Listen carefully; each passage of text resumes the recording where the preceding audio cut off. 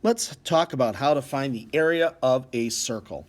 If you recall, the circumference of a circle was where we first started talking about this measurement of pi, which is the relationship between the diameter and circumference.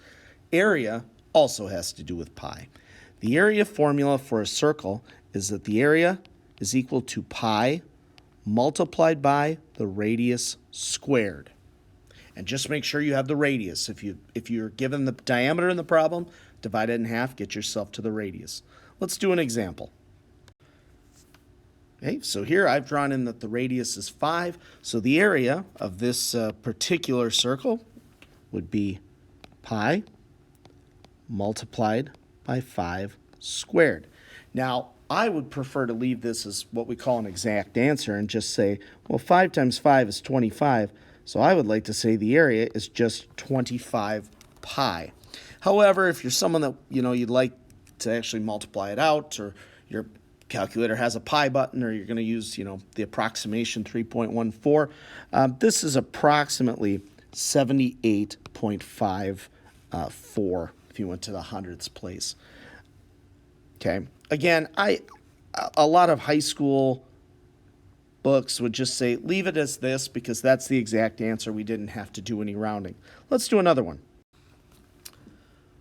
Okay, in this one, I gave you the diameter was 20, so you should say, well, we need the radius. Of course, the radius is just diameter divided by 2, so the radius here would be 10. So then I would say, okay, the area is pi multiplied by 10 squared. Well, 10 squared is 100, so this is 100 pi. And if you said, well, I want to actually type that in, you'd have 314.16 would be your approximation. Let's do one more. All right, let's say you got the area and you were solving for the radius. Well, in this case, of course, using our formula, we'd say, all right, 50.27 is equal to pi multiplied by x, I guess, squared. So first thing I would do is I would divide both sides by pi. And I might just leave it exactly like that, just 50.27 divided by pi. And then to get rid of the squared, we would take the square root of both sides. So the square root of x squared is x. Now, for those that have come out of algebra and say, well, don't you add a plus or minus out in front of your square root when you're solving? Well, in this case, it's a measurement. And of course, the radius is never going to be a negative answer. So we can kind of just throw that out as an extraneous solution. Now, if I typed this in, this 50.27 over pi, and then I took the square root, I get that x is approximately 4. And in fact, when I was making this problem, I set it up as 4. But I wanted to do this a little bit differently.